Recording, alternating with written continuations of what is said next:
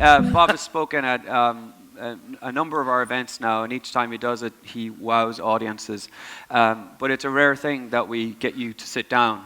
And Bob was telling me just side stage there that he probably prepared more for this interview where he doesn't know the questions than he does for the talks. Yeah, when we negotiated this, it was like, no, I don't want to know any of the questions. It's like, I'm like, oh my God, he can ask me anything. Right.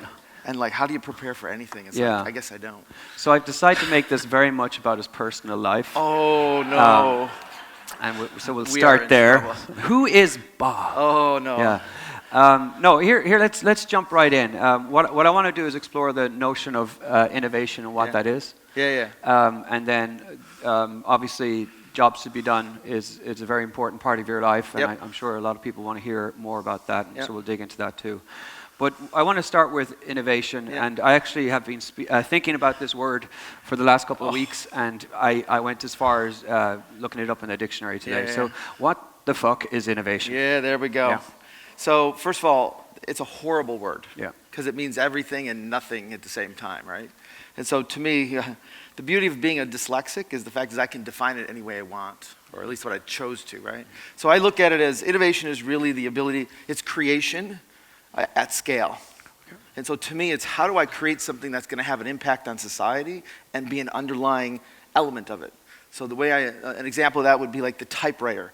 The typewriter brought us so much of it. There's an invention, but then there's innovation. Innovation is woven into the fabric of who we are. And so to me, an innovation is really trying to figure out how do I create something that's going to have a lasting impact at scale for the world. So in that regard, is innovation something that lives beyond business, in your personal life? Is it a feeling or a natural instinct that you can So I think of innovation, though, as in two frames. One frame is looking forward, and the other frame is looking backwards. I think we can only judge an innovation looking backwards. I think we have an intent with innovation moving forward. So the notion is I want to create something at scale. I want to be able to have an impact. But if you think of, again, the typewriter, that keyboard is embedded in everything we move forward with. And if it didn't exist before, we wouldn't be where we're at. And so to me, I really want to be able to think about innovation as how do I create large-scale things that impact society. So are you saying the identification of innovation can only be seen retroactively? I believe that. That's right. So there's no way like somebody who walks in and says, oh, I have an innovation here. They don't know that, right? The notion is to actually understand the elements of it and focus on getting scale, basically having an impact, fitting into people's daily lives, doing those things. You do those things and it will be innovative. But the reality is like the segue is not an innovation. The segue is an invention. Right? And so to me, the difference in invention is something new, but an innovation has something where it actually impacts people personally at the very core. So how we live. In that regard, that bottle is an innovation. It's a thing. It's a noun. Yeah. But I think a lot of people, this is called demand-side innovation. We're not talking about a noun here. We're talking about a process. Yeah. So I'm getting confused by what the invention is versus what the process of innovation is. So there's a great book called How to Fly a Horse by Kevin Ashton, and he talks about the difference between invention and innovation. And he talks about this notion of like, if I want to, he takes a can of Coke, and he goes, well, let's talk about the origins of the can of Coke. And he goes back to 400 BC and talks about a bottle, and how it really started with clay and being able to hold water. And then he talked about the ingredients of being carbonated, and he goes back, almost 1,100 years. And so my thing is all innovations are built upon each other. And so to me, really what I'm trying to do, the way I think about innovation is how do I have an impact on society that will help future generations, right? So to me, it's really about looking forward. Okay, so how do you formalize something as part of our work when we don't know what it is that we're working towards? Got it. How does that happen? So that to me is the role of jobs to be done. Because jobs to be done are looking for the struggling moments in people's lives where they can't do what they want to do to either make their life better or in some cases basically to solve a problem. And so part of it is that context they're in and the outcome that they seek. To me, it's how do our products fit into their lives? The interesting part is people make their own progress. Our job is to build products to help them make progress. It's not to do the progress for them, but to help them make the progress. And so it's the intimacy of knowing people's lives and knowing how to impact them and knowing how to help them make progress in things that are important to them. Okay. We're talking from the scope of business still. Yeah. Before we kind of really dive into that area, I'm intrigued to know whether innovation is a natural thing that you can experience personally, and if so, is it something that you can build upon to employ it in business? Yeah, so what I would say is you have a natural inclination to create. And so if you're talking about innovation to be inside me, the thing is I have an inclination to create new things. I always tell people I just make shit, right? I love to make shit, but let's be clear, half the stuff I made very early on in my life nobody cared about, and it didn't have any impact, so I would say I was an inventor at that point. But the reality is the moment that I decided that I had to help other people is where it became now I was innovating. Okay. And it's the scale of those inventions to really change people's lives. It seems like that simple understanding of innovation and invention might mean that businesses have a misguided interpretation of what innovation is. Yeah. So the understanding is, well, we just make new shit before everybody else makes new shit, and then we'll. Yeah. So I think there's a difference there because there's two things. One is what I call supply side innovation and demand side innovation, right? Supply side innovation is where people will sit around and ask, what job can my product do? And so, for example, a hospital will ask, how can I actually help people prevent a heart attack? And they can create all these different programs to help people do stuff. But the reality is like unless there's demand for people who want to make progress, nobody's actually going to listen to any of those programs. And so real innovation starts on the demand side, not on the supply side. And we end up over-engineering the crap out of stuff because we think about all the places it should go versus the places it will go. And so to me, starting with the demand side is really where all innovation should start. And how does a company or an organization or a product person get themselves into that bad place? How do they get them into the bad place? Yeah, how do they do it wrong? It's not a bad place. You need both. It's a yin and a yang kind of thing, right? You need to be able to have, even though I know the demand is there, I still have to create something that actually fulfills that demand. But the reality is to me, I start with demand because 9 times out of 10, it doesn't ever need to be as good as everybody thinks it needs to be. Because the consumer makes trade-offs along the way. And so to me, it's able to basically make something that's good enough that will enable people to make that progress. And so, but the way we get stuck with it is, I actually think it's more about the Church of Finance that forces us to think that way. Because they think of... Can you explain what that church The Church of Finance? Yeah. The Church of Finance is basically the accounting and finance department in any large corporation that basically tells us how to budget, what our infrastructure is, and what we have to be able to leverage in order to make money. And so what happens is we take that view and say, all right, how do we actually put as least amount of capital in and get the most return from it? And by doing that way, we end up saying, right, what other markets can we serve? What other struggles can we go after? What other things can we do with it? But the reality is that most of the time we're looking at the world through our product and not in their lives and how we fit into their lives. And so, a good example to me is if you think about trying to buy a mattress, right? Sorry, I know this is software, but okay. Anybody bought a mattress lately? How hard was it? Holy shit, was it hard, right? Like the whole aspect is they talk to you about all the technological features. Hybrid, spring, foam, cooling, gel. What the hell does I just want to sleep, right? And so this notion of I can look at the world through all this technology and they try to educate the consumer about it, but the reality is you just want to buy a mattress.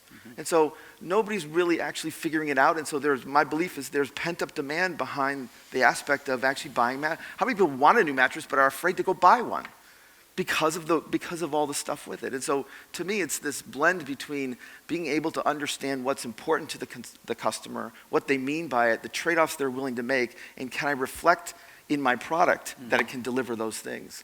But most consumers don't want to educate themselves about your product in your terms. I think that's the other problem with healthcare in the United States is most people don't actually know how to make the decision when to go, right? And so it's more about, and if you talk to people about going to healthcare or going to the doctor, it's more about sick than health. And so they have this ambition and this aspiration of being, we're going to make everybody healthier, but the way it's designed and the way people use it, it's sick care, not health care. Mm-hmm. And so we have to be able to, one, help understand and separate the two, right? Interesting. Let's jump into the history of Bob here. So, oh no. Yeah. When was the first time you started thinking in that flip way, where, like you said, you're talking about the demand side versus supply side? So it goes way back. So 18 years old, I met Dr. Deming, and I became his intern for Ford Motor Company. I was able to follow him around, and I went to Japan. And what happened is he's the one who basically gave me process orientation. Dr. Deming is the one who went to Japan in the 50s and basically the father of Lean, the father of Six Sigma, process control kind of stuff. And the ability to actually understand who your customer is and the outputs that they want are what's most important. And the reality is most people don't translate that output to the experiences consumers are looking at. They just make an output. And so to me, it was 18 years old. So one of the first places I applied this kind of thinking was the notion of the struggling moment around the arrow in the gas tank. Yeah. So before I was renting cars, driving around, and what happened is you drive around, and as you went to refill from the rental car, right, you go to refill the gas, you literally pull in and you go, oh God, what side is the gas tank on? Mm-hmm. And you couldn't figure out whether it was on the right or the left, and you'd go in slowly, you'd look in the mirrors, then you'd roll down the mirrors, mm-hmm. And at this point I had Dr. Deming in the car, and he'd mm-hmm. be like, what are you doing? Just go. And then I'd pull up to the wrong side, and then I'd take the gas thing and put it all the way to the other side. And so eventually it was, how do we actually create something that tells me which side the gas tank is on? Yeah. And so at Ford, it took me 5 years to actually help create this little arrow that's on the side of the gas tank. Yeah. That basically tells you which side it is. And it's a very simple example of something that's, I make no money on it, I don't do any, but the notion is it's in every car line. Isn't that neat? Isn't that neat that Bob made that arrow? Those little arrows, right? The funniest part is half the room knows what it is, the other half has no idea what I'm talking about. Yeah. The other half are very confused every time they go to a petrol station. Yeah. So that's one of the earliest recollections I have of kind of that flipped lens, but I attribute it back to Deming and Dr. Taguchi, and they mm-hmm. all focusing on the customer and what we would call right to left thinking as opposed to left to right thinking. Okay. So in your the journey that a customer will go through, as part of the Jobs to be Done framework, and we might kind of be glossing over the very specifics of it for the benefit of the audience who might know more of it, so excuse that. There's lots of stuff online. But there's a timeline of where a prospective customer goes from a thought all the way to finish and satisfaction. Yep.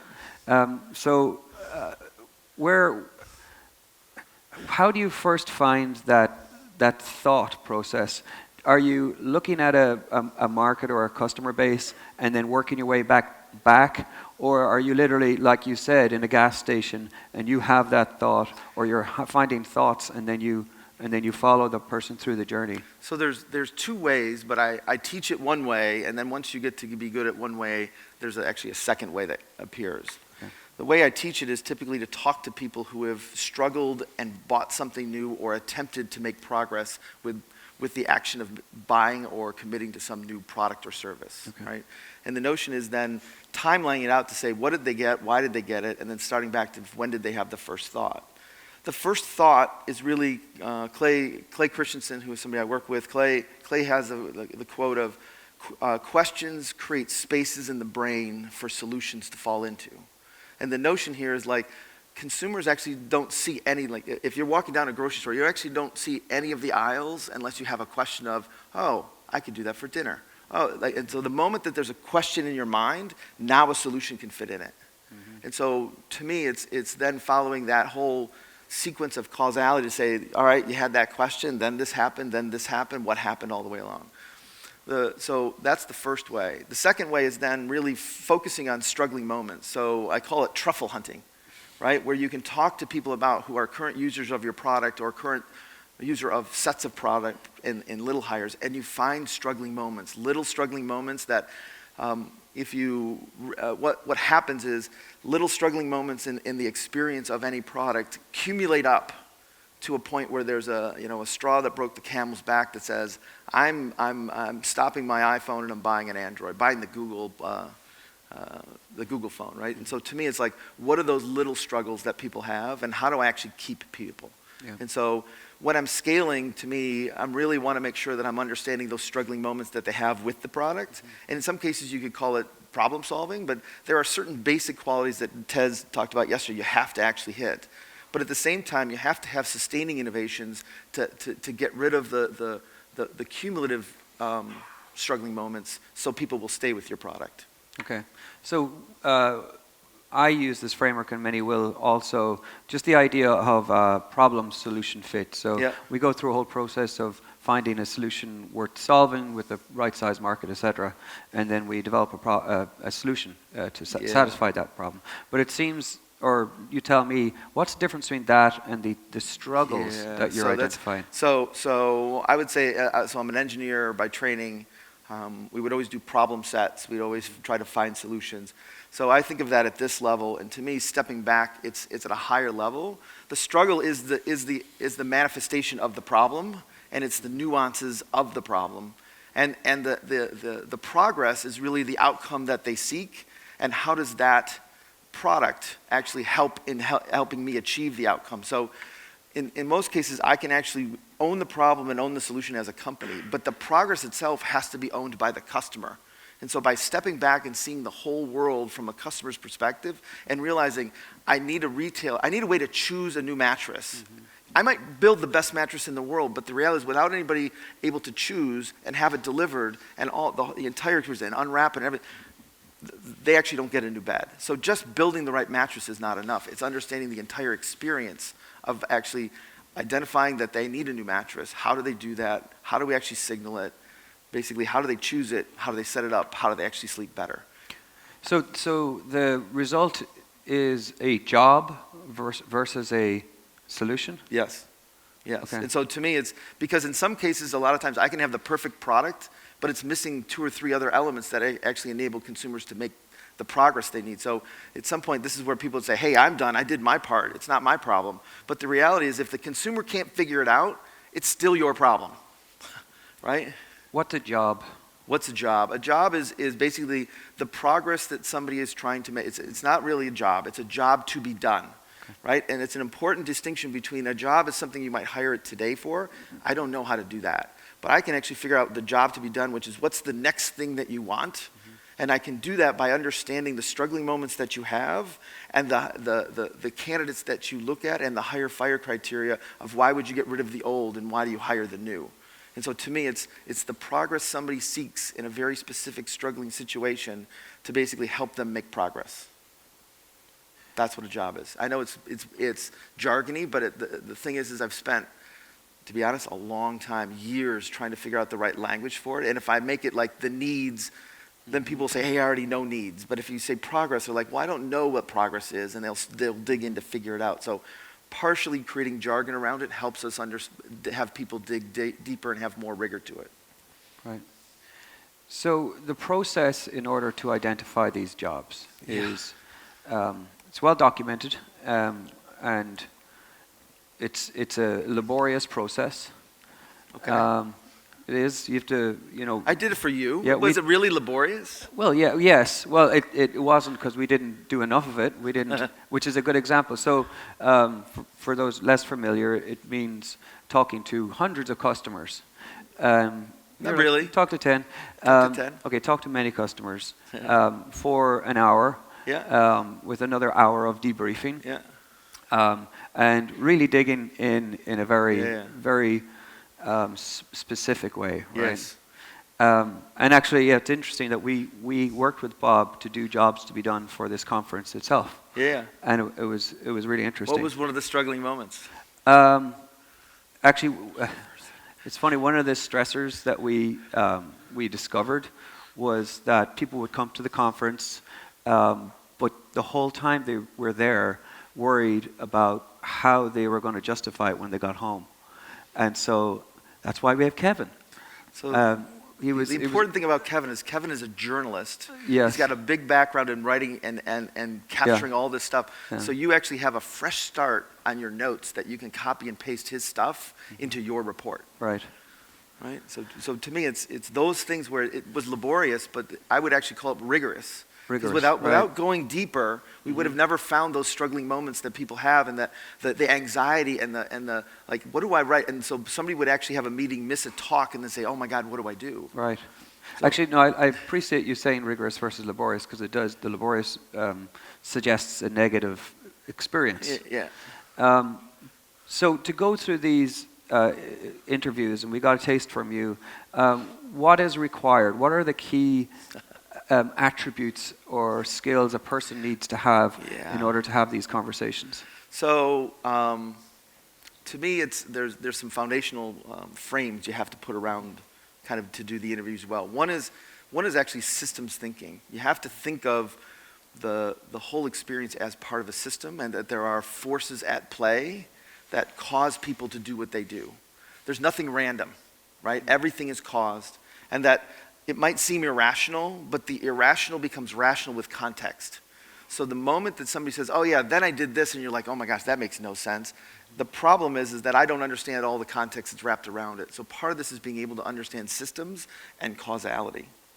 The other thing to me is what I call time and space, which is you have to be able to see things through time and space. So you have to be able to say what happened next, and be able to understand both what I call social, emotional, and functional energies that have to come together in order to say what caused them to do what they did. Nobody randomly buys your product. Nobody randomly quits your product. And so without understanding the underlying causality, you're literally just guessing. And so to me, this was really born because I was just a shitty developer, right? I couldn't figure things out, and I'd say, oh, it was that, and I'd go develop it and add that feature, and nothing would happen.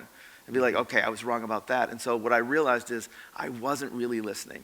Mm-hmm. So the other big skill is listening. Like, if there's anything, what I realize is we don't actually teach listening and understanding intent in any form at school, right? And so to me, being able to actually have people listen in a way so the trick I always tell people is I have no list of questions. I use the two frameworks, and I don't think of the next question until I've heard the answer to the last question.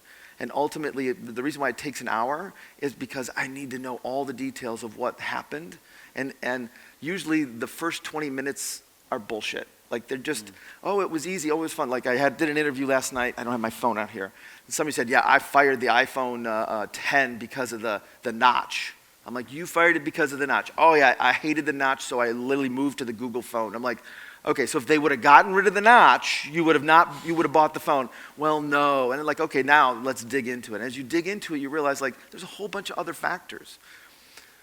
The other thing is that it's a set of things. It's not just one feature. It's not just one thing. It's a set of things. And so you need to understand how people decide about the set of things. I don't know if I answered that question at all. No, you did. 17 minutes left, man. This is like painful for me. I'm kidding.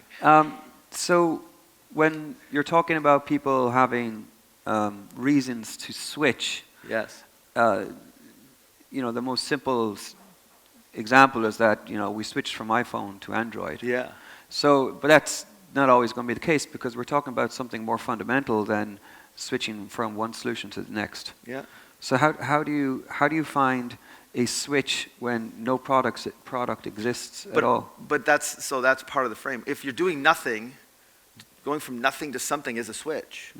So the whole aspect is there's always some kind of switch, and there's what we call the big hire. The big hire is where somebody would go from Android or Apple to Android or Android to Apple. But then there's the little hires, and the little hires are almost like the apps, the little things that you do in the moment-to-moment basis. So think about how you communicate. At what point do you send an email? Do you actually use the phone? When do you send a text? When do you send, post it to Instagram? Like all those little decisions are choices. And so there's these big choices, but there's also these little choices that actually impact how you make progress. And what happens is sometimes things creep into our lives, and sometimes we make big decisions. To me, it's easier to see jobs in the big way, but when you're looking at these little hires, the little hires is where a lot of times things build up to say, yeah, I'm not using this anymore, I'm using that. And so it's the frustration of the little hires that cause you to get to a big switch or a big hire.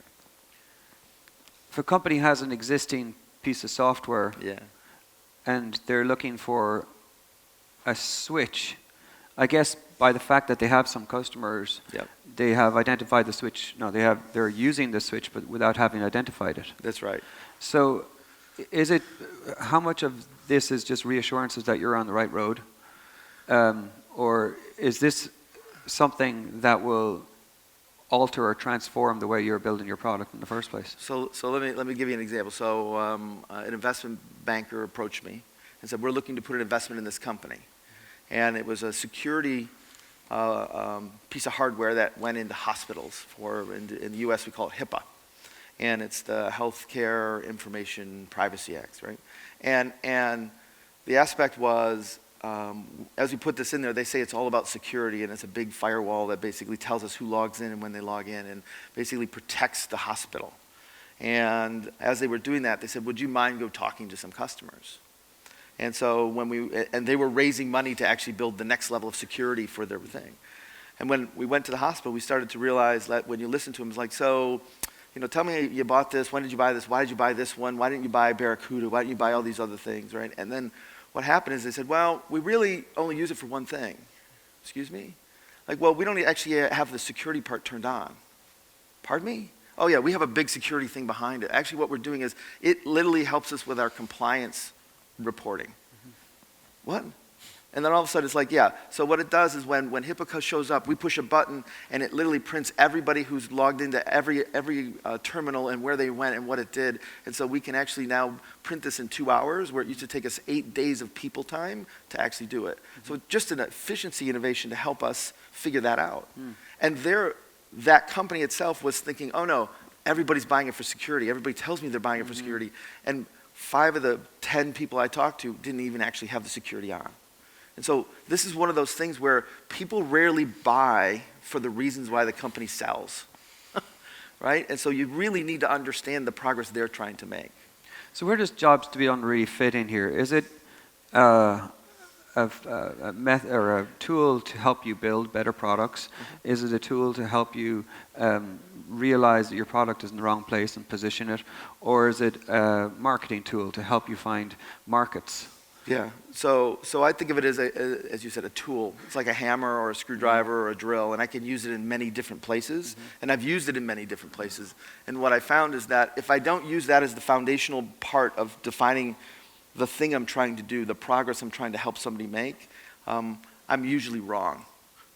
Again, the gift I got by being dyslexic is that I know I'm always wrong, and I just can only do reps to get better. Mm-hmm. And so to me, jobs is one of those tools that I pulled out, that if I'm trying to help somebody with an existing product, or I'm trying to help people create, they have a new technology they're trying to bring to market, I need to understand the job space that they're trying to go after and the progress they're trying to help people make, which helps us understand the trade-offs. And so to me, it's one of those foundational tools.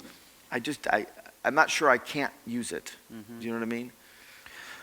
When you're talking in such personal terms with your interviewees, yes, and thinking about how to understand human motivations and then building products and marketing things, do you ever feel that you're manipulating the human spirit? No. The interesting part is, so the way I walk into an interview is to be, I use the Zen term, totally empty. Like, I don't remember the last one.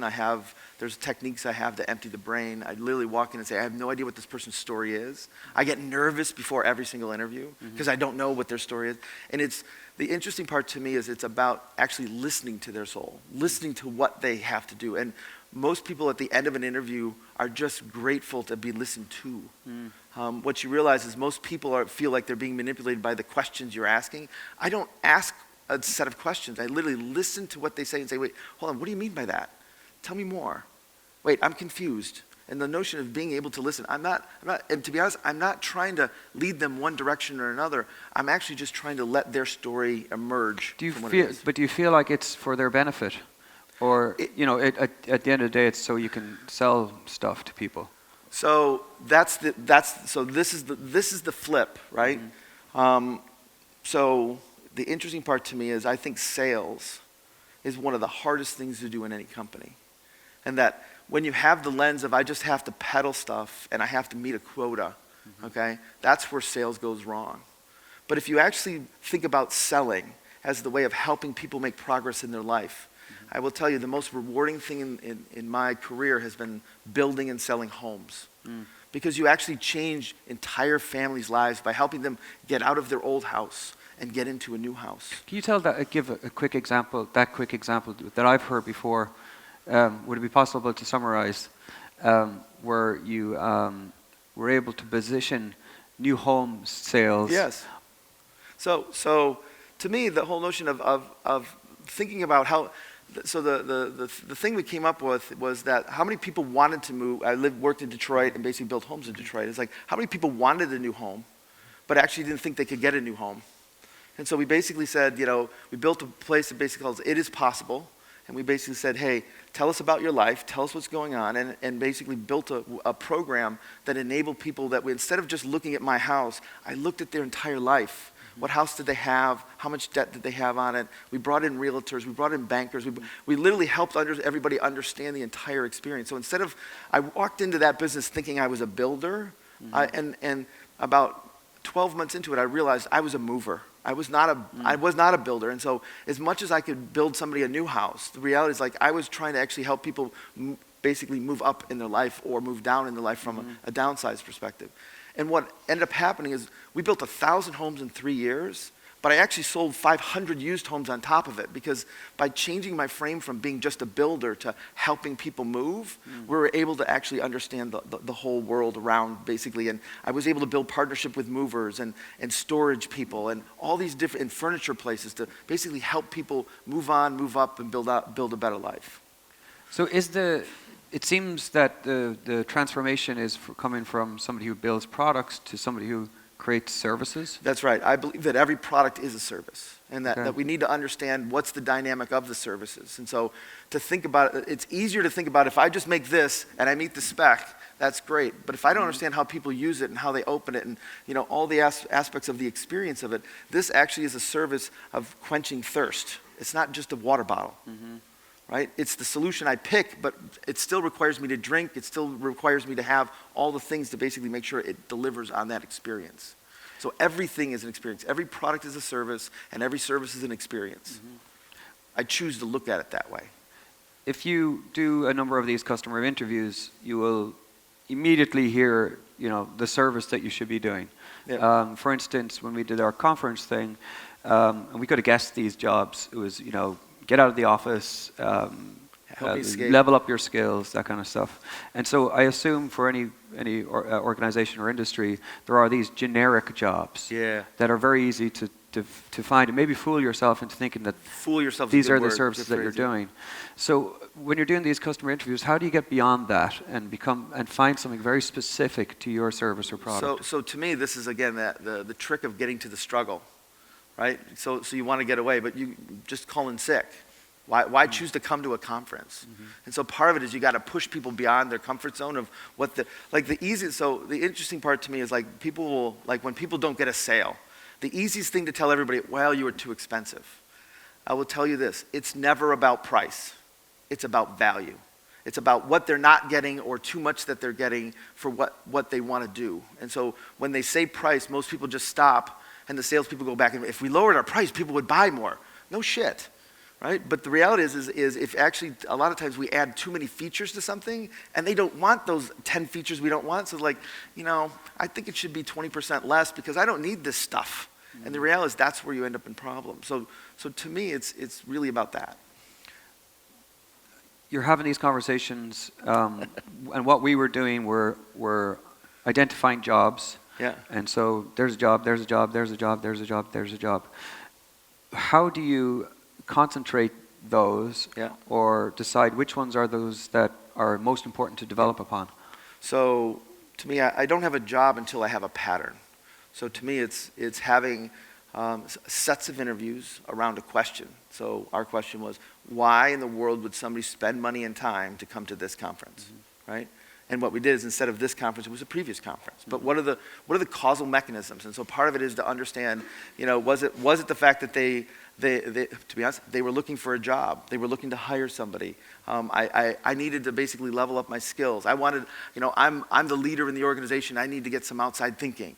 There's all these different things. But there are a lot of little things. So it's not one aspect, it's the sets. And what you start to realize is like when, hey, we're growing like crazy, I need to hire people, and the fact is I need to know the latest technology, and I want to be able to basically meet more people and network. The reality is that's what made this conference appealing to me. And so part of this was being able to understand the sets of things. And so to me, it's 10 interviews, understanding, in some cases, we might get 2 different conferences they went to. So we might get 20 stories. And from those stories, you can actually see how one person might actually come one time because they want to learn more and lead the organization. Another time, they're here to recruit. Another time, they're here to escape and think it through, right? And so part of this is being able to see where are the similar patterns in those causes, and that becomes the job. So it's a clustering algorithm, not a segmentation algorithm, which means you start with the raw stuff and put like things together. And then at some point you realize you don't have 20 stories, but you've got 3, 4, 5 very unique stories that have the elements in them. Excellent. So in our point of view, I'll stick with mine because it's all I know right now. But we could take those trends and those jobs and stick it on the website, which we did, in order to encourage people to come. It's a positioning and marketing tool. But how do you use that information to change your product or to actually develop products? Because it seems like it could be all about positioning, all about marketing. So you can use it about marketing. So it's, again, how did people decide, when did people decide to come to this? We learned that it's not made in the last 6 weeks up to it. It's made before, where they're in some meeting with a group saying, all right, we got a budget for basically people to go places, who has ideas where to go, and it happens 8 weeks to almost 9 months before, right? I think the other thing though is that we see features like adding, I'm sorry, Kevin, sorry Kevin, where's Kevin? Hi Kevin. I didn't put a name with a face, thank you. But the notion of adding a feature is we kept hearing the struggling moment of, I got to go back and it takes me 2 or 3 hours to compile all my notes, and I have to give a report back to the team about what I learned at that conference. And it's like, what if we did that? And as much as they struggle, they never said we should help them with it. You basically came back and said they struggle with it, and that it was reasons why they wouldn't come is because they didn't want to have to compile the notes. So if we had compiled the notes, we add that feature, it actually adds a lot of value. And so part of this is, to be honest, this is a prototype, right? We don't know exactly what people need. We asked people to send us what their notes were, but that's where we're trying to actually figure out how to help them make progress and make it easier for them to come.